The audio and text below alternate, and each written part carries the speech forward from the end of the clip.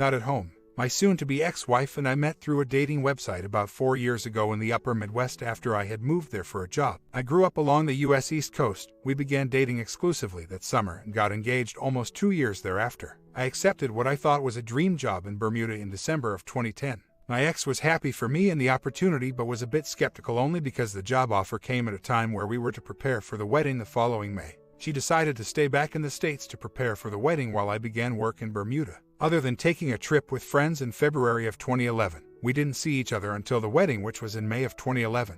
We got married and she followed me back to Bermuda after the wedding. Needless to say, our first several months of marriage in Bermuda was a mess. This was due to the fact that due to strict immigration laws, she had trouble securing employment. I was not earning enough money to support both of us, so she had to chip in with things like groceries and had to use her credit card to pay since she had no income coming in. She got a job after a few months but was soon fired due to an over-demanding boss. We decided to cut our losses and leave Bermuda shortly thereafter. She left in February of 2012 and I stayed there to finish my employment before leaving in March of 2012. When I returned to the US back to her hometown in the Midwest, everything changed. She was suddenly very distant toward me. Suddenly, she would go out to what she claimed to be to pick up her drunk friends from the bar but would be out from about 12 to 3 in the morning. She seemed to avoid me at all costs. Our physical life begins to dwindle while in Bermuda but became non-existent when I got back to the States. My birthday passed in May and she made no attempt to spend time with me. Ironically, we blew up into a big fight on the eve of our 1-year anniversary. She apparently was holding in everything that bugged her about me. I was selfish for making her go to Bermuda, which I never forced her to go. I was selfish for buying a new car shortly after returning to the US even though I didn't have one.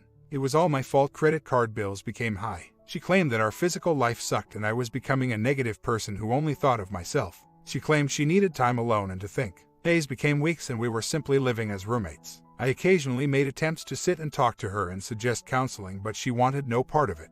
After another week passed, I had had enough. I packed all of my belongings and returned back home to family in NJ. She told me she would call me in a few days after she thought even more. At this point I had assumed that she wanted a divorce, but I still held out some hope. After getting home, 2 whole weeks passed before she made contact. Her mother called me in between and took my side, saying my ex was nuts for letting me go this way. She finally texted me asking how we should go about the divorce. That was her way of dropping the bomb, I guess. I have gotten the support of family and friends through this time. My friends who had met her a few times wanted really bad to speak up and beg me not to marry her. They saw something in her upon a few meetings that I never did. I am not about to place all of the blame on her, as I know I am not always the easiest person to live with. But I am trying not to dwell on things and blame myself. I was more than willing to do whatever it took to fix things, but she just gave up and claimed to fall out of love with me. She began the filing of the papers over a month ago. She has been slow to make progress with it. She occasionally will send me a random text, usually complaining about her money situation, but in one text session essentially admitted she was dumb for giving up on the marriage so easily. I have since moved on and taken a new job in Canada and things are going well. I am casually seeing 2 people. They know I am not looking for anything serious. I have accepted my soon-to-be divorce and am moving on. I just never really asked for the opinions of others who may have experienced a similar situation. Was she right to give up? Does something like this happen a lot? Don't marriage vows mean anything anymore? Also, is there a chance the state would not grant a divorce in this type of situation? We are not getting lawyers involved in filing a no-fault divorce since she did not want to have a joint bank account or anything with both our names on it.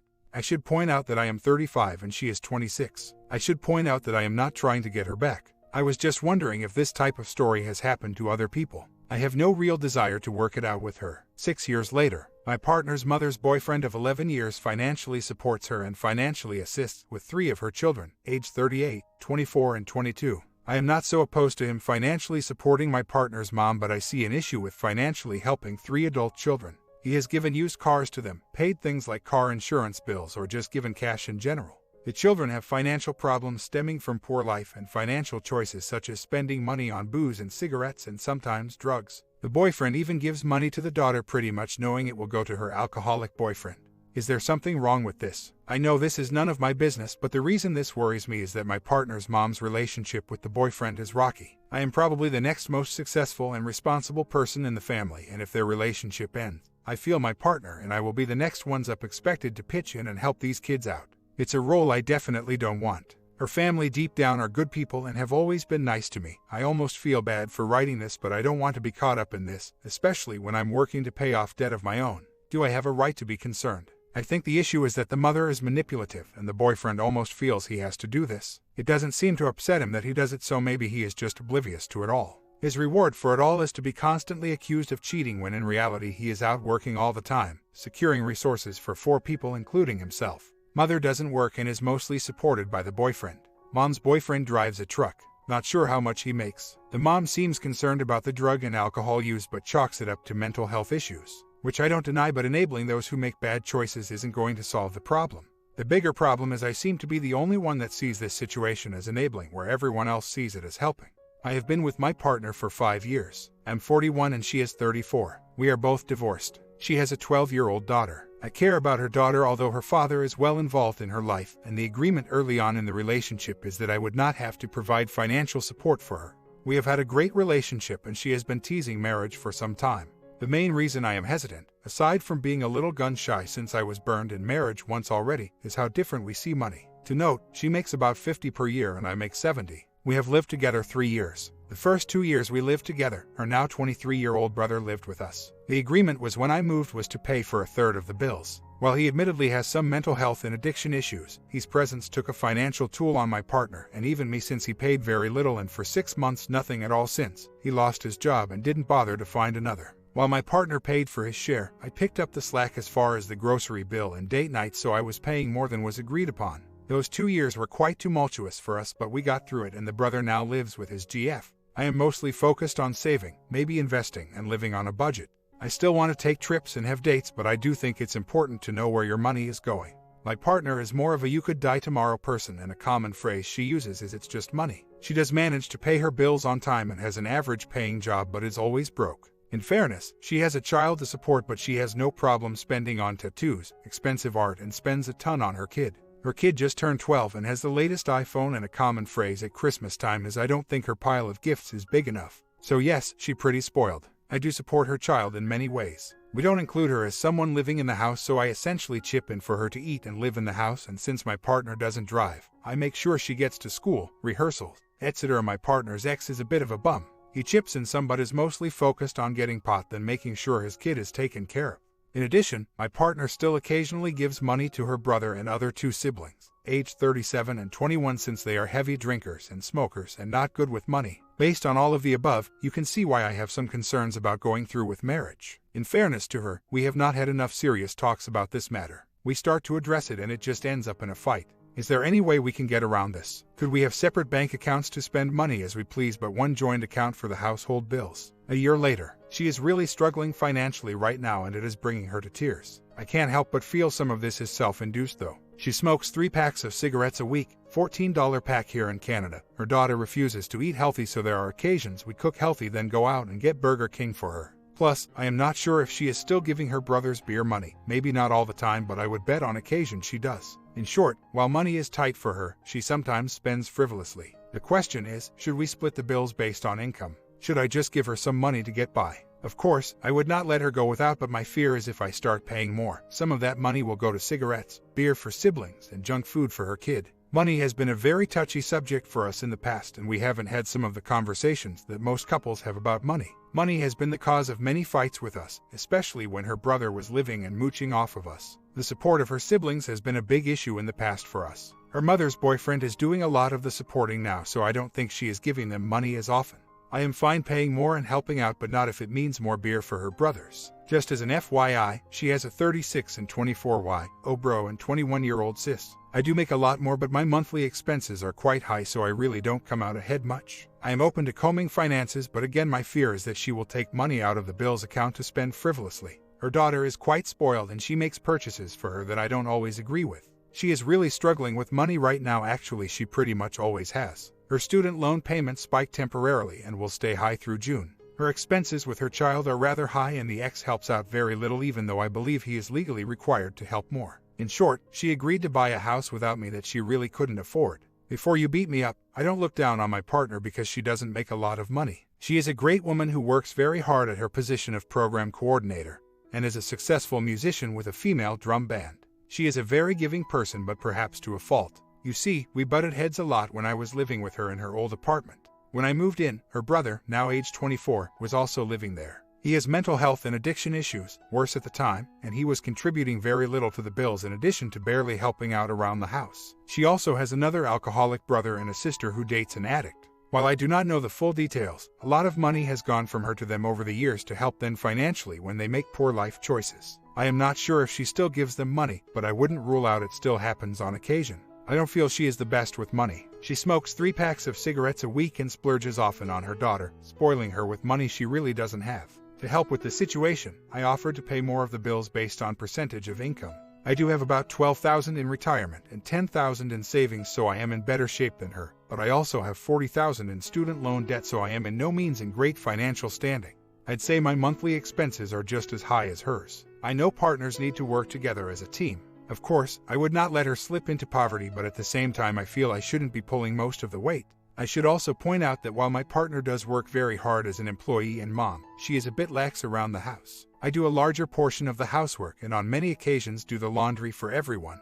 Her daughter, almost 13, really doesn't do much in the way of chores. My partner also doesn't drive, so I do all of the driving in the family. My fear is that if I marry her or get deeper in the relationship, I will just become a human ATM, paying more than I can handle and not getting enough in return. Do I have a right to be concerned? I love this woman and care about her child, and we have a history together, but I do not want to blow what's left in my bank account.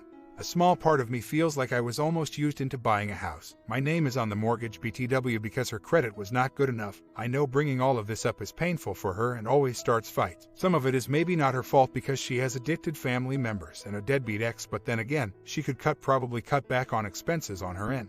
Half a year later, I think my partner may be cheating on me, but I know she won't come clean. Any way to find out? For instance, last night, I was invited to a BBQ music festival, then uninvited after she decided to go with a friend. She said she would be home in the late evening and ended up staying out until 4 a.m. after hanging out with her friend's BF and his brother, which I think has a crush on my partner. These types of things seem to be happening more frequently. She needed a ride mostly to this event. She said, "You want to go?" Then later said, "I'm going to go with Stacy now. You can come if you really want to." Knowing how she knows me, she knew I wouldn't go. By the way, I should point out that there was no indication she was going to end up going out with the guys. She only claimed to be going with her friend. I found this out after the fact. We have talked about this and she knows I will not tolerate it. She went to this BBQ with her girlfriend until 11, then went to a bar with a group of people until 3 a.m., but that guy was there. In fairness, I have been distant and moody lately, a function of my mental illness, and her explanation is that I have not been the best company and wanted some space. While I am not proud of it, I searched through her phone.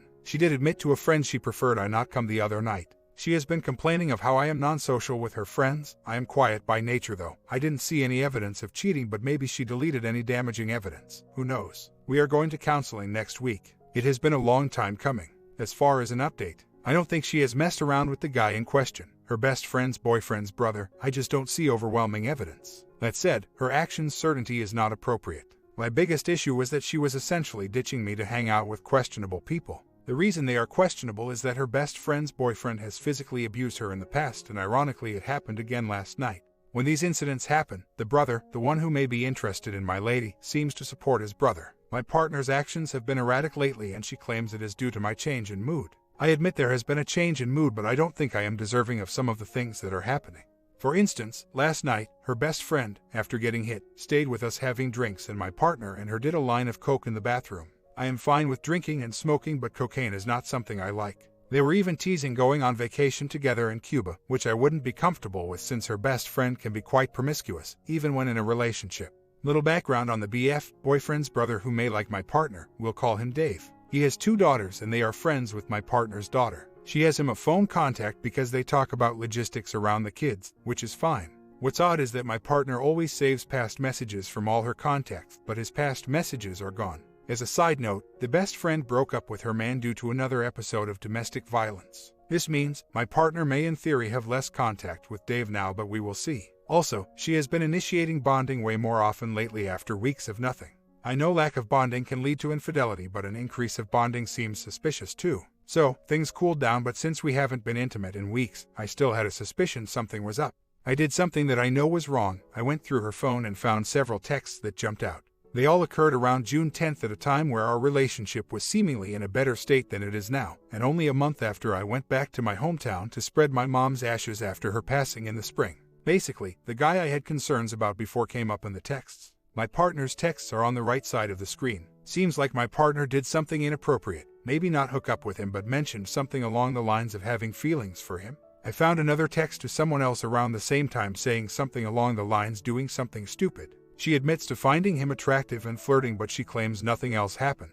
Look, I get what people are saying. This is not as easy as it seems. We own a house, been together for 6 years, and I have been a stepfather to her child, so it is a delicate situation and I am trying to gather my feelings. However, I just can't see how this is a case of her feelings just being attracted to him and casual flirting as she claims. I have not adopted the child. I care about the child but do not have a deep emotional connection with her. Her bio dad is well in the picture. She may not want to see our current counselor anymore, but she actually seems to tease the fact that it was going to be hard to fix us. To be fair, while I care about the child, I do not feel a really deep connection with her. I would be sad if things ended, but I could move on with my life. My partner may not want to leave because she has bad credit. Losing me would be us selling our house and she would have to go back to renting. Update: things are okay so far. About 5 weeks after I found out, I pretty much got confirmation they weren't physical, but it still hurts. She fell for someone else. New problem: she is complaining about not having as good of a social life, namely, she is spending little time with her best friend. As I may have stated, her best friend, call her Stacy, dates the other man's brother, call him Ed.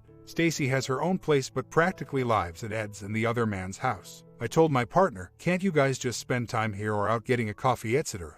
Apparently, it's not easy cause she's always there. I am not a controlling person. I never said, you can't do this or that anymore. I just said that going over that house and spending time with him, other man, would not be appropriate at this time. Stacy knows all of this but will still try and get my partner to come over there. My partner has refused up to this point, but I can feel the resentment starting to build. Am I right to not want this to happen? Should I really give in and allow her to hang over there again and just hope the spark isn't rekindled with the other man? So, I hear it again this morning. I really miss Stacy. Yesterday for Thanksgiving, I told her Stacy and Ed are more than welcome to come by for dinner. Apparently, Ed, Beyond's brother, doesn't feel comfortable because he doesn't want his presence to drum up bad feelings for me. The shocker here is that Dave, the OM, was angry that he wasn't invited over to dinner, but Stacy and Ed were. Huh, is he just arrogant? Does he really expect to be invited to our house for a holiday meal, just weeks after I found out my partner had strong feelings for him this past summer? Or is it because what happened this past summer was so innocent that he feels we can just easily move on? Either way, my partner needs a night out with her other girlfriends tonight because her social life is apparently failing. We are not legally married but essentially common law. I found a text where she told Dave she can't hang out or talk to him anymore, and he seemed shocked about it and said, I'm sorry, I had no idea. It doesn't confirm it, but if they had slept together, I think the response would have been different. Dave and his brother were at a club for a concert the other night where my partner was working at. She put on a festival there. Dave was there because his daughter is friends with my partner's daughter and they both liked the band. I found out that my partner told her best friend, well, it was nice to see Dave the other night, but I ran into the corner when I came in the club. Wonder why? The band playing was a popular one, so that's why Stacy, her BF, and Dave and all the kids were there. She knew I was going to show up eventually. I had to work late. Sounds they may have chatted, Dave and my partner, and she made herself scarce when I showed up.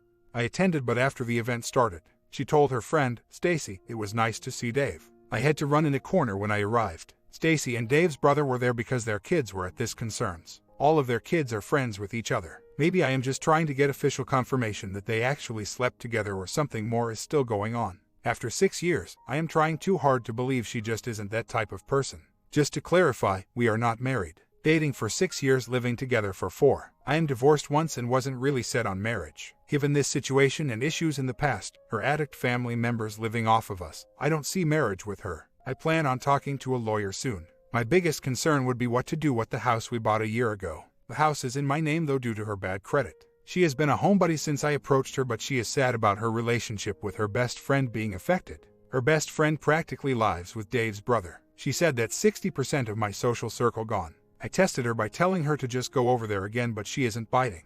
I don't know if I should go into large detail, but there was a lot of mental and physical abuse, not to her but to other people. She has 3 siblings, all with some kind of substance or mental health issue. So, after weeks of feeling resentment for missing her best friend and me testing her by saying, just go over there, she did go there last night. Dave, OM, apparently was in the other room most of the time to respect our relationship.